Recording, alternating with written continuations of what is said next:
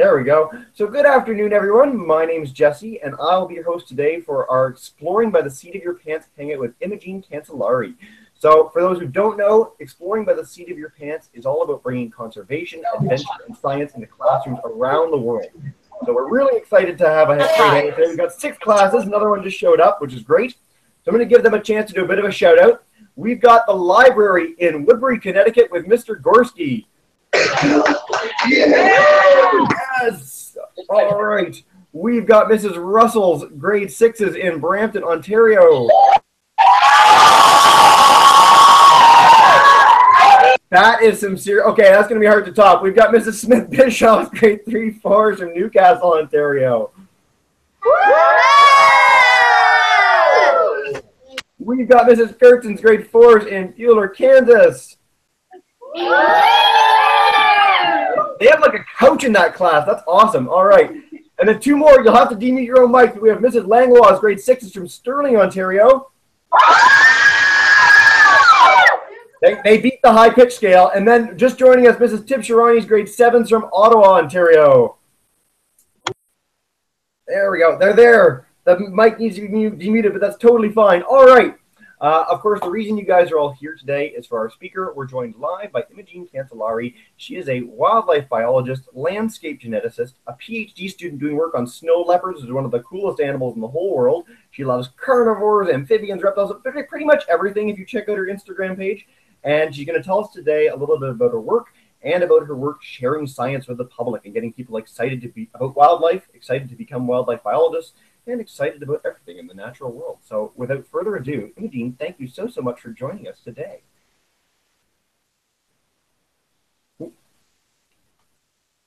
Okay, so if you can hear me, give me a thumbs up just so I know we're good. Awesome. Okay, so thank you so much for introducing me and for having me. My name is Imogene Cancellare, and I'm going to be talking to you about a lot of different things today. I've got a cool presentation for you, so in about a minute, I'm going to change the screen over so you won't see my face, you'll see a presentation. But before we get to the what, we should get to the who, and that's me. So very briefly, my background is in wildlife biology and carnivore ecology.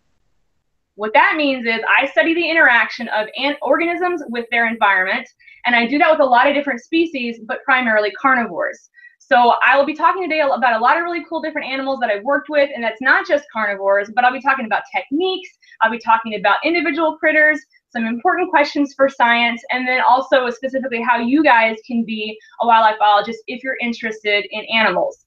So if you're anything like me, you're probably interested in animals, which is why you're here today, which means you're super cool. But when I was a kid, I really thought that I wanted to be a veterinarian. And the reason that I thought that is because, well, I mean, you know, I grew up with dogs and cats and pets, and I liked animals. So it just made sense to be a veterinarian because that's the only way to get paid to hang out with animals, right? The case, and it took me a long time to realize that. I went to college and I majored in animal science because I really wanted to be a veterinarian and I wanted to work with large animals like horses and cows and goats and even dogs and cats because I lived on a farm. And I didn't realize that my passions during the summer of watching frogs go from tadpoles to terrestrial amphibians or to terrestrial frogs was something that you could get paid for to do for a living. I didn't realize that that curiosity was something that people actually do for a living. So what I do now is exactly that. I'm able to go out into the world and make observations about wildlife and answer important questions. And some of the things that I'm currently doing as a PhD student involve teaching people how to identify individual animals, whether that's a skull, like this Wolverine skull right here, or teaching people how to identify something like an antler shed when you see it in the woods. What makes this a white-tailed deer versus a mule deer? That is something that I can tell you, and that's something that you yourself can tell other people if you decide to become a wildlife biologist. So you know who I am. You can see my face a little bit. I'm going to disappear briefly because I do want to go ahead and dive right into this PowerPoint, and then we'll come back for questions. All right, so bear with me. I'm sharing the screen, so you probably can't see me anymore. Now you should be able to see my PowerPoint. And okay, so the things that I'm going to be talking about are a variety of different wildlife species, starting from salamanders to snow leopards. And these are some of the things that I have done as a wildlife biologist for the past 7 years. So if you're looking at that photo on the top, you might be wondering, well, that's not a salamander, and I don't think that's a snow leopard. But if you have thought that, you are correct. That is neither of those things. So not only have I done salamanders, but I'm currently working on snow leopards, but I've been able to do a lot of different stuff in between. And this critter in the photo is called a marten. And this critter was the photograph of this animal was captured by a camera trap, which I'll be talking about shortly. And you might not be able to see it depending on how big your screens are, but the animal looks like it's got a necklace on or a collar, and that's because the animal's wearing a radio collar. And this is one of our radio collared individuals that were being monitored over the summer last year in California. And I'll be talking about that as well. But to go ahead and dive right in, let's ask the question, why wildlife biology? Why would someone want to be a wildlife biologist, and why is the science of wildlife biology important? Things that we focus on in wildlife biology as biologists, and that includes everything from addressing questions in research and conservation, whether it's looking at endangered species or trying to figure out demographic information or really cool information about diet and movements of a particular species or population. And we do that to provide knowledge for local managers. So you can provide knowledge for wildlife agencies, whether it's state or federal, or you can make make informed decisions through universities and nonprofits based on the science that you do. And all of this is done in order to address problems in natural resource conservation. So I work with endangered as well as non-endangered species, but all wildlife is going to, in some capacity, probably face some type of problem on a landscape, whether it's loss of habitat or it's loss of actual population numbers. And we're able to do that through questions in wildlife biology. And all of these things, the benefit is that they impact decision making. So we can use science to impact policy. We can inform managers. We can help students. We can do all types of things that are going to be meaningful for wildlife on both a local, state, or national, or even international level. There's a lot of different things to focus on in wildlife biology, and I'm not going to be able to talk about all of them today. But briefly, there are 3 different areas of focus in wildlife biology as a wildlife biologist. In general, a wildlife biologist is going to focus kind of on all 3 areas, whether directly or indirectly, but you can choose a career that is going to be focused on wildlife management, conservation research, or policy. So again, every wildlife biologist is going to do some measure of all 3 of those things, and all of them are going to involve education, but you can kind of job based on specific interests, and these are kind of the 3 main areas. I focus in conservation research, and specifically, I study ecology, population genetics, and landscape ecology of wild populations. What I do is that I use techniques that are applicable for any species. So for you guys out in the audience, I'm talking about snow leopards some today, but if you're really interested in birds, that's cool. You should still pay attention, because ecology, population genetics, landscape ecology, all of these things can be used to answer questions about a particular wildlife species. To break it down really quickly, ecology is the study of interactions. It's the study of interactions of organisms with their environment. So again, that's any species, looking at any metric of their environment, whether it's habitat or it's microhabitat or how they use their particular resources. Population genetics, which is very briefly looking at the genetic differences within and between populations. So that looks at how wildlife is related. As an example, I'm here and I'm talking to you guys today from Delaware, and in terms of populations and relatedness, how similar our landscape might be a function of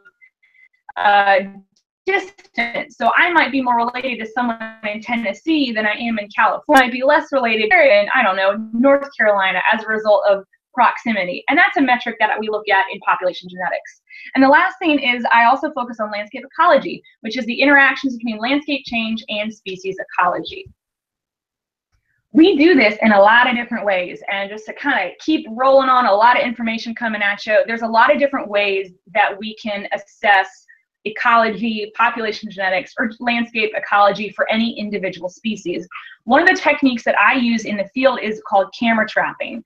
And if you look at the left of the screen, you'll see a small box, and that's actually a remote camera that has either an infrared sensor or a motion sensor.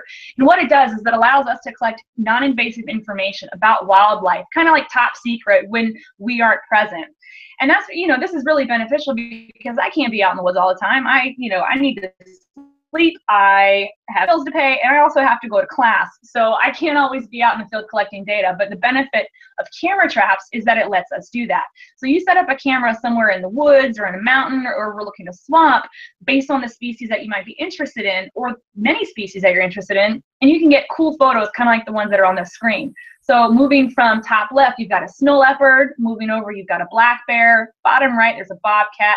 On the left, there is a crow looking at a trap that we have a camera on because we're trying to catch a critter that is not the crow, but the pesky crow wanted the meat inside of the trap, so he triggered it, of course. But this is a really cool way to get information about population demographics.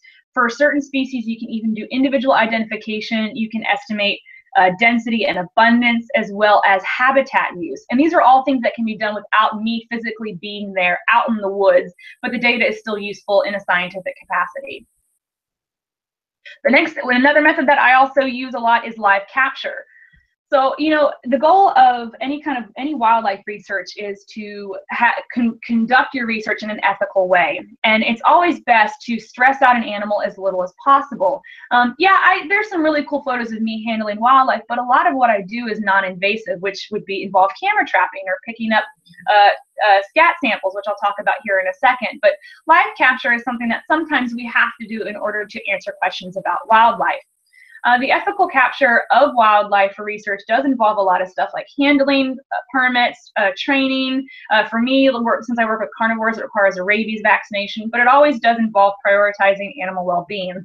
And these are just some cool snapshots of projects that I've worked on that involve live capture of animals. So we've got bobcats, salamanders in a pitfall trap bucket. We've got an anesthetized black bear in the bottom right with a radio collar. There's a purple martin down at the bottom center, and then there's another photo of someone measuring turtles. So you might need to live capture an animal, not always, but when you do, it might be because you need to collect blood samples, tissue samples, morphologic measurements. You might need to radio collar the animal, vaccinate the animal, or individually identify the animal. And all of these things can be done in an ethical manner, and they're done for the purpose of scientific research. And these are some of the things that I definitely have done.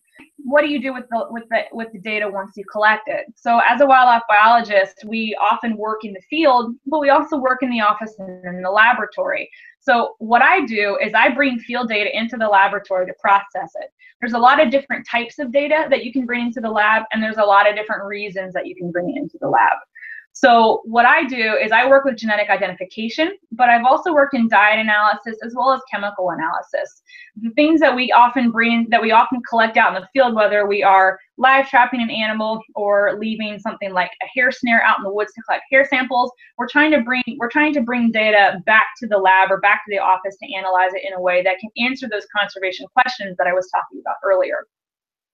So I worked with scat, hair. I've also worked with saliva, blood, tissue.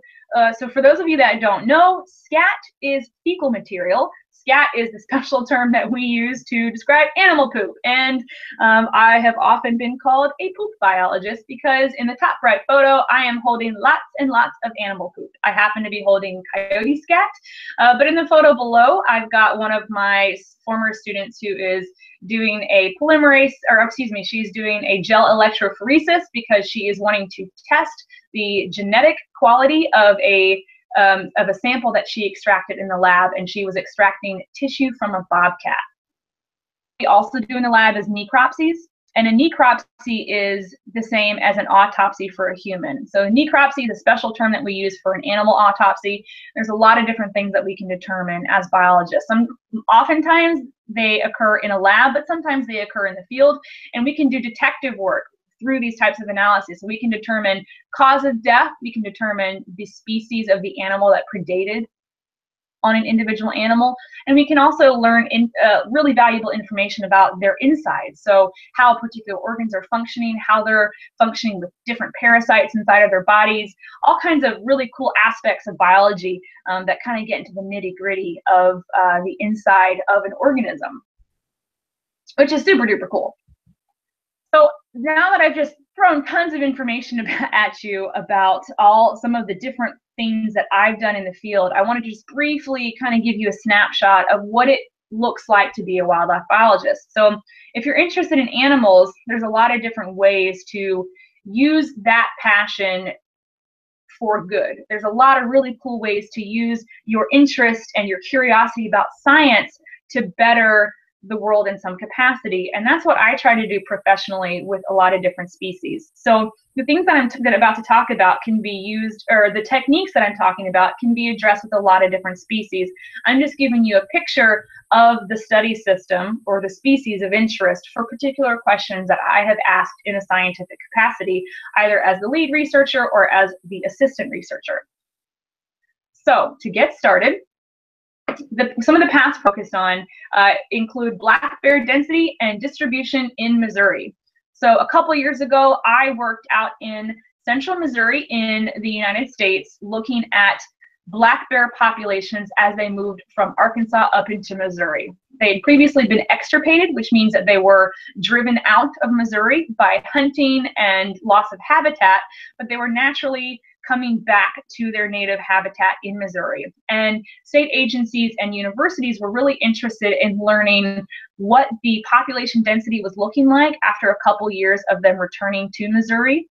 And they wanted to look at individual habitat use as well as assess the genetic structure of these bears. So what we were doing is we were out in the woods for a whole summer. There's a whole team of biologists in the bottom left. And in this photo and every other photo that you see of animals, every single animal is alive. Every single animal is anesthetized, which means that they have been given a drug to make them go to sleep, similar to the drugs that we would use if we were at a hospital about to have surgery. And all of these animals were handled by trained professionals. So all of the photos you've already seen, that goes, and obviously that is the case. So in the bottom left, there is a huge bear. It was a 490-pound male black bear that we caught in Missouri, and we needed to catch him because we had to trade out his radio collar. And those are the team of biologists and graduate students that I was working with on this project. To the left, you can see this big trap that we used to catch him in. Collar on him, and it needed to be changed out because it was summer and he had lost some weight, and they wanted to collect data off of that camera, or excuse me, collar for months. And once we took the collar off, we were able to use that to help analyze individual bear movement and habitat use.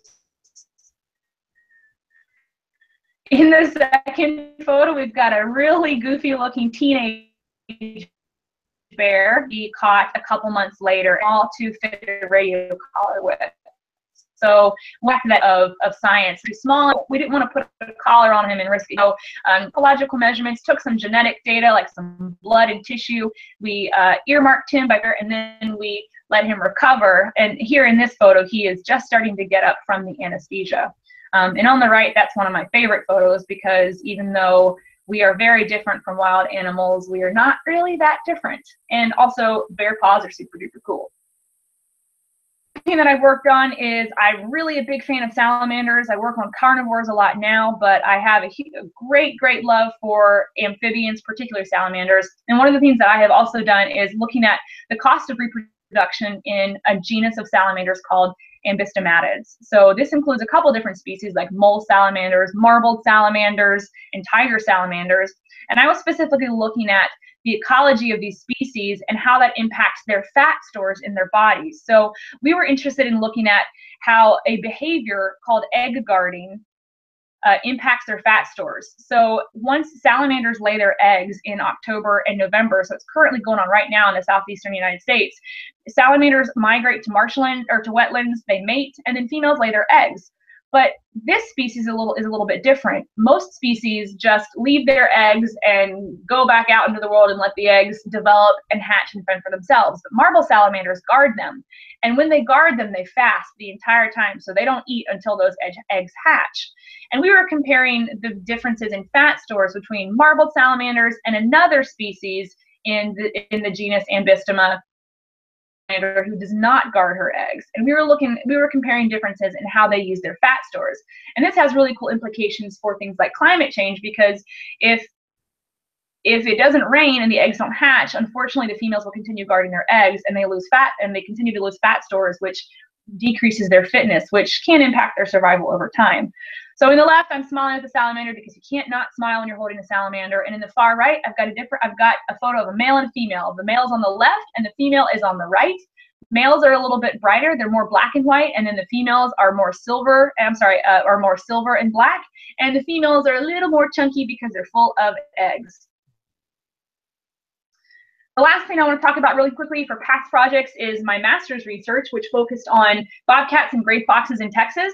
I was interested in looking at the identification of populations for these species. So I was asking questions like, where are the distinct populations of these species in Texas, and what specific landscape variables are impacting their genetic structure? So I was live trapping animals as well as collecting tissue samples post-mortem to analyze their genetic structure, and we found that certain landscape variables like vegetation composition and variation on the landscape, which is called landscape heterogeneity, impact their genetic structure. So where there are more certain types of vegetation, there is an increase in genetic variation in these animals, which is super interesting.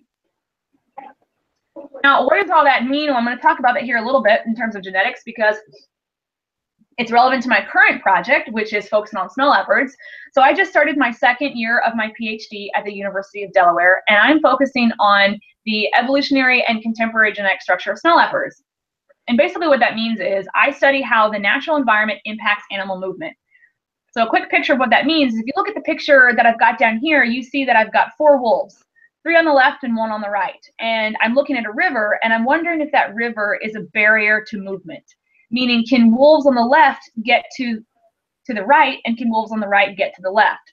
One way to test that is with the genetics. If I identify similarities in genetic structure between wolves on the left and the right, i.e. on the right, I find out that that wolf is the son of a female wolf on the left, then it's not impacting their movement, and there is no barrier to gene flow. So that basically is what landscape genetics is. And this is important for a lot of different things. Genetic variation is important for biodiversity because it prevents the effects of things like inbreeding, loss of fitness, and the risk of extinction. Loss of fitness can involve any kind of demographic or morphological variation that reduces their survival over time. And the reason these are all important is because we can not only help save species from extinction, we can connect populations to one another, we can also identify important habitat, and we can even predict the impacts of climate change in areas where they might lose habitat or temperatures might impact their movement.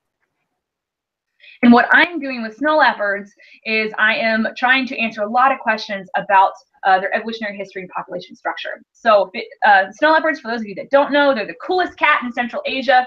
They're a big cat. If you look over on the map, the orangish pink color is the snow leopard range. They persist in 12 different countries in over close to 3 billion miles of habitat, but they live at the top of the world. They're a specialist high elevation species that are called, and they're called mountain ghosts because they literally live on the tops of mountains in these little snowy sky mountain islands. And because of that, because they're so rare and because they're so difficult to find, there's a lot that we don't know about their evolutionary history and their population structure, and specifically how climate change is going to impact their conservation. They're currently listed as vulnerable by the International Union for the Conservation of Nature, which means that they are likely to become extinct in the wild. And things like habitat loss and climate change warming that part of the world is driving them farther north. But when you're already at the roof of the world, where do you go?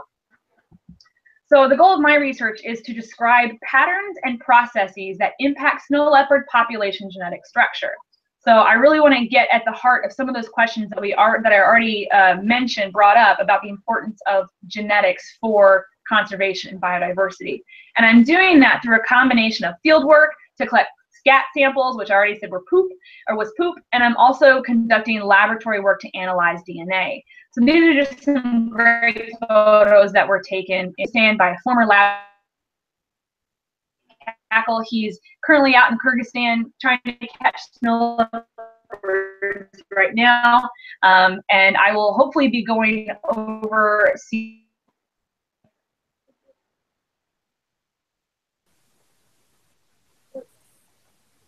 The goal overall for my work, both individual projects as well as professionally, is to conduct research that's meaningful to conservation as well as local wildlife management. I really love being able to interact with wildlife and going to really cool places and seeing really great things. So my goal is to actually contribute in a positive way. And I also get others by people, why is conservation important? Why is managing habitat important? I continue learning from other people. So the great thing about being a wildlife biologist is that you see cool things, you learn cool things, and you really get to play around with science, which is obviously the coolest part. But it's also a really dynamic community that involves a lot of people from a lot of different backgrounds, and we're always learning from one another. It's very much a team effort, and that's very important in the goals for as well as conservation. And then finally, the last thing that I'll say before we turn it over to questions is that there are a lot of different things that you can do if you decide that you're interested in becoming a biologist. My goal, my recommendation, no matter how young or how old you are, is to go ahead and get started. So getting involved, going to zoos, learning about things that you're interested in, talking to people, joining a local natural history club or a 4-H club, learning from people to find a mentor. All of these different things are really to executing your goals and developing skills that will make you a good wildlife biologist down the road. And species, that's awesome. If you think wolves are the coolest thing ever, or you just love rattlesnakes, that's great. But also habitat and species, lots of different species, because wildlife biology is about managing populations, and that involves as well as it does people. More on Twitter as well as Instagram. I am known online as Biologist Imogene, so that's my website, Biologist Imogene. And my Twitter is Biologist IMO, and my Instagram is Biologist Imogene. So those are some. I've also got lots of great tips and resources to help it. Since we're not currently focusing on that, I'm out of that screen, so you can see me again, and we can start talking. Excellent. Well, thank you so much, Imogene. That was wonderful. Yeah, let's go to questions. So, Mr. Gorski and your library, come on, and if you have a question, go right ahead. We don't have the microphone on. It is on. I've unmuted you. You're set. Yes. You guys have any questions? Any questions for them? Stand up, speak. No questions, huh? No questions. If you think of one, you can come back. Okay. All right, now we got. So you guys look like is this the 12th grade class? Yep. Okay, cool. So I'll go ahead and say one thing. So when I was trying to figure out what I was interested in, I'm assuming some of you might be eventually looking towards college or trying to figure out what your careers might be. When I was looking at trying to figure out what to major in, I originally, like I said, majored in animal science because I thought I wanted to be a veterinarian. But one thing that I really didn't do that I kind of wish I had is I didn't really thoroughly explore other majors. So I kind of had it in my head, okay, I want to do this, so this is what I'm going to major in, and then I'm going to go and do it. Being passionate and having perseverance for that is awesome. But I didn't realize till towards the end of my bachelor's degree that I really would have rather been a wildlife biologist. I did a study abroad program in Australia that was super cool, and that made me realize that conservation was my interest. So when people ask me all the time, how do I, what should I major in? I always recommend, if you're looking at a particular college, make sure that you go and look at all the different majors, but also actually don't just look at the major titles, go and look at the coursework and say, okay, I think that sounds really interesting, or no, I don't think that looks interesting at all. And that kind of gives you an idea of what to focus on. If you want to do be a zookeeper, you might not want to major in fisheries and wildlife conservation. You might want to major in zoology, but unless you're looking online, you might not realize that. If you want to be a wildlife biologist and focus on sea turtles, majoring in animal science is not necessarily the best choice. College before you go in, or once you get started in college, is really helpful to kind of guiding you as you move along. So I just wanted to go ahead and say that. I know maybe no one had those questions, but since you guys look like you're a little, you might be approaching some of those thought processes. Those were things that were, I wish someone had said to me prior to starting college. Outstanding. All right. Well, these kids that are coming up next are a little bit younger, but we have Mrs. Smith-Bischoff's class. Do you guys have any questions? Go ahead. Hey, guys. Ask your question. Can I ask my question? So just right now, ask it. What was your first discovery? My Ooh, my first discovery. So when I was 8, I spent an entire summer out in the woods behind my house just staring at frogs. And no one told me that tadpoles became frogs. I didn't know that. I always thought that the little frogs that I saw were just baby versions of the bigger frogs that I saw. And I had no idea that the tadpoles were actually baby frogs. So spending the whole summer out in the mud behind the woods of my house in a creek, I saw that these little tadpoles later had little back legs, and then they had front legs, and their tails were getting smaller. And then I saw little frogs that had tails on them, and I was immediately clued into the fact, oh, these are baby frogs. And that was super awesome to watch. So I spent the rest of my childhood from your age and probably on through high school always watching frogs during the summer to watch them metamorphose, because it's really cool to see how they grow over a period of time. And we know scientifically that there's a lot of factors that go into that, like water temperature and day length. And making that discovery by myself in the woods was really, really cool. And I'm really glad that I was encouraged to go outside and get dirty, because I wouldn't have figured that out otherwise. Excellent. Metamorphosis is just awesome. It's the best. Our Mrs. Gortson's class, if you guys have a question, come on. Hi, my name is Savannah. How many species have you studied? Well, let's see. I'll try to name some of them off. So the first thing that I ever worked on was bobcats in Montana, and then I did a clouded leopard project at the Smithsonian, so that's 2. I've done black bears, red foxes, wolverines, gray foxes, fishers, martins,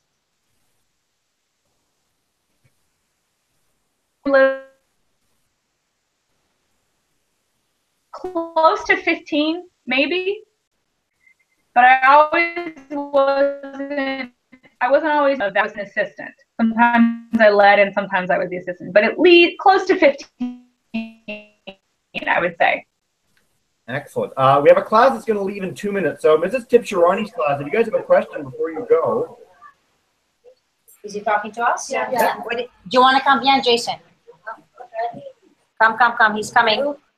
Okay, go. Speak. How many past projects have you done?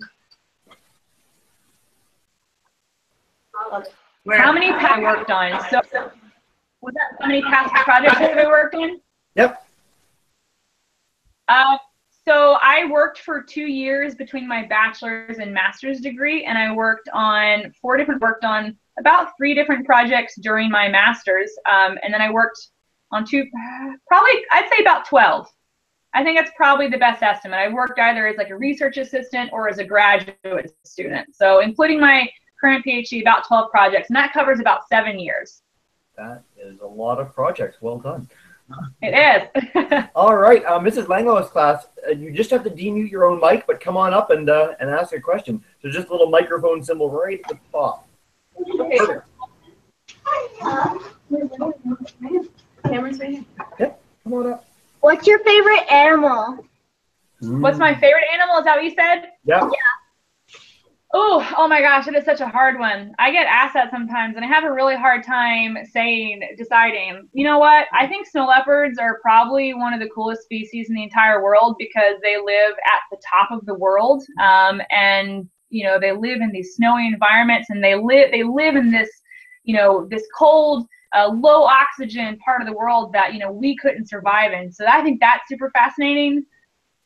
But I also have to say that it's kind of a tie between snow leopards and bobcats, which you guys probably have in your backyard.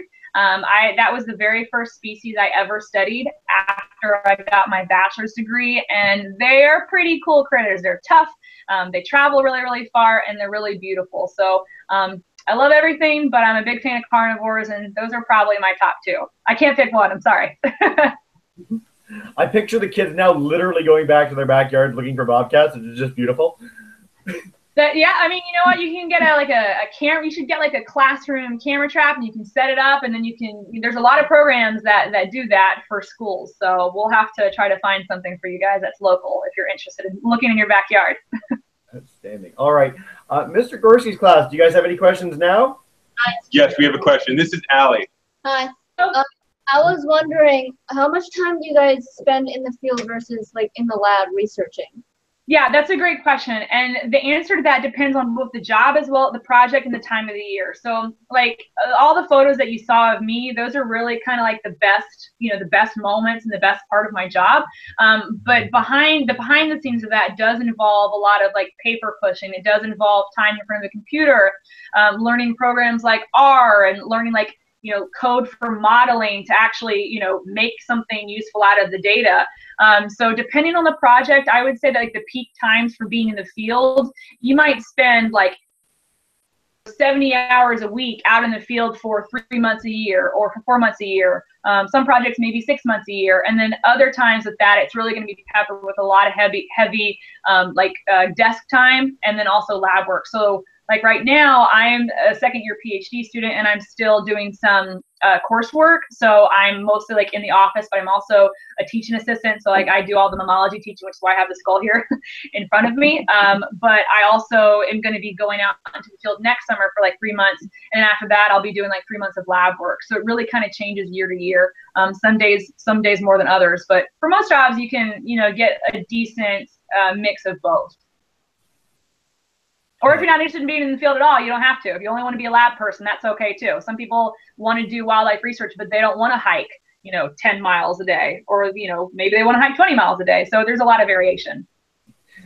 The field is so much fun. All right, this is Smith Bischoff's class. If you guys have another question, come on up. We are learning about habitats and species in our classroom. And Danica has a question. What inspired you to start learning about animals? I think that is a really great question. And the reason I think it's a great question is because the inspiration and the excitement about science and nature is what really drives us as biologists to continue with our work. I think that a lot of people, unfortunately, are told that maybe their curiosity about something, whether it's like a frog turning into, like a tadpole turning into a toad or a frog, is not something that they should be interested in. And for me, I was always really, really interested in biology. So one of my grandfathers was a doctor, and he always talked a lot about science. But even if he hadn't talked to me about science, I was always outside. And I was always really getting dirty, and I was able to see a lot of different things. I was able to watch birds in my backyard. I was able to see squirrels outside at school, and that really just inspired me to want to know more. I knew that I liked my cats. I knew that I thought dogs were cool. I lived on a farm some. So, I liked animals, and I didn't want anybody to tell me that that was something that I shouldn't be curious about. So being curious is really the inspiration, because I wanted to know more, and science is about learning constantly. It's like I'm a PhD student, but I'm still taking classes. I'm still learning. So for me, the desire to keep learning and keep growing is really what makes me passionate. But using that type of curiosity and using that excitement for science or nature, or thinking salamanders are super cool, is what makes me confident that I can keep learning, and then I can use those skills to make a difference for conservation in the future. And I also have fun doing it, so it's kind of a win-win. The best part, I think. All right. We'll go for one last question to Mrs. Gertson's class. If you guys have a last question, come on up. Hi, my name is Carter. I was wondering if you've ever felt threatened by an animal or been in a dangerous situation. Okay, so that's a good question also, because, we talk about the ethics of wildlife research, but safety is a huge concern also. So for me, I've worked in some really, really awesome places. I worked up by Glacier National Park up in northern Montana. I've worked up by Yosemite National, Yosemite National Park. Couldn't say that, sorry. Up in California, and some of the species that I'm interested in are dangerous, and some of the areas that I've worked in to study around dangerous animals like mountain lions, black bears, and grizzly bears. So, when we capture them, we want to make sure they're safe, but when we're out in the woods, we're in their house. So one of the things that I always do, and I don't have it sitting in front of me right now, but I carry something called bear spray. and this is a water bottle. This is not spray. It's about this size, and it has a really, really strong pepper spray in it, and it's a deterrent. And I've had close to needing to use it. A couple years ago, I was working on a project, which is a photo that was in my title slide, those little weasels, from a camera trap, and I looked down and I saw a mountain lion track. And I immediately stopped and looked around because the mountain lion track was on top of my boot track, which means that the mountain lion had come by after I had, which means it was in the area because I'd only been gone for like 10 minutes. And I kept walking, and I looked down and I realized that the mountain lion had another set of tracks next to it, and it was a baby mountain lion, which makes it even more dangerous because you have a carnivore like a mountain lion that could, you know, cause some harm to a human, but she's also got a baby with her, so she's going to be extra protective. And myself and my partner are walking really, really quietly around the corner, and then we, you know, making noise. Since we started making noise, all the yelling, and that's kind of their alarm call. They see something dangerous and they're going to make a lot of noise. And I walked around this trail, and the mama mountain lion and the baby were right there. And I had to pull out my bear, you know, I wanted to pull out my bear spray, but they both ran before I could do that. So I didn't have to use it, but that's an instance in which, you know, being safe is really important. But bear spray is great because it's not a lethal deterrent at all, and it's something that I always carry out in the woods, just because we should always be mindful of wildlife when we're in their habitat. You know, a bear is going to act like a bear, so we have to be, you know, kind of prepared for that. Imogene, that was marvelous. What we do at the end of every hangout is I'm going to demute the microphone of every class. So Mr. Gorski, Mrs. Smith-Bischoff, Mrs. Gertzen's class, you could join me in saying a big thank you to Imogene for joining us today. So thank you, Imogene. Thank you, Imogene. That was great. You're welcome back anytime. I hope you had fun.